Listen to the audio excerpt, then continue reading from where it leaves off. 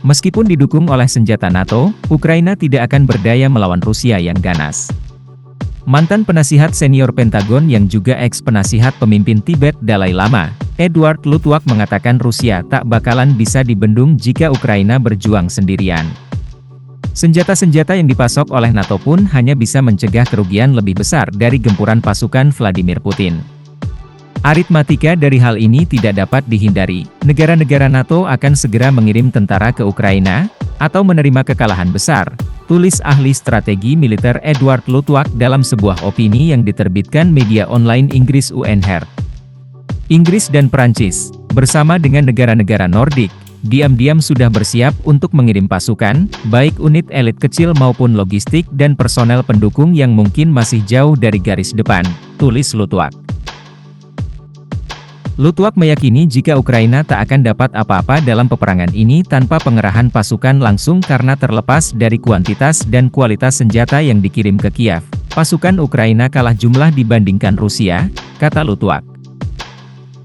Meskipun Presiden Volodymyr Zelensky mengklaim masih memiliki 880.000 serdadu, akan tetapi di medan perang perbandingannya adalah 1:6. Satu tentara Zelensky dengan senjata seadanya melawan 6 serdadu Rusia yang dilengkapi dengan senjata lebih modern.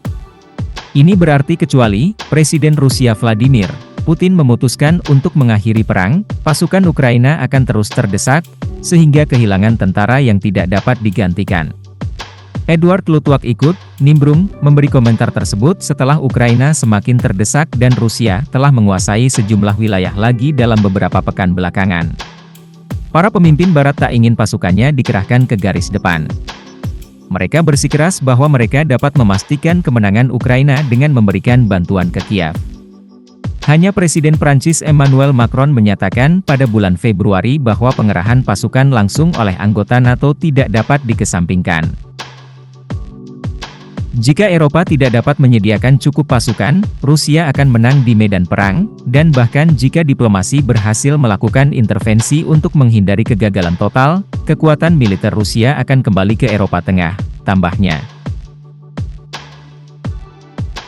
Hubungan NATO-Rusia telah memburuk di tengah krisis Ukraina sehingga aliansi Barat sudah melakukan konfrontasi langsung dengan Moskow, kata juru bicara Kremlin Dmitry Peskov pada hari Kamis.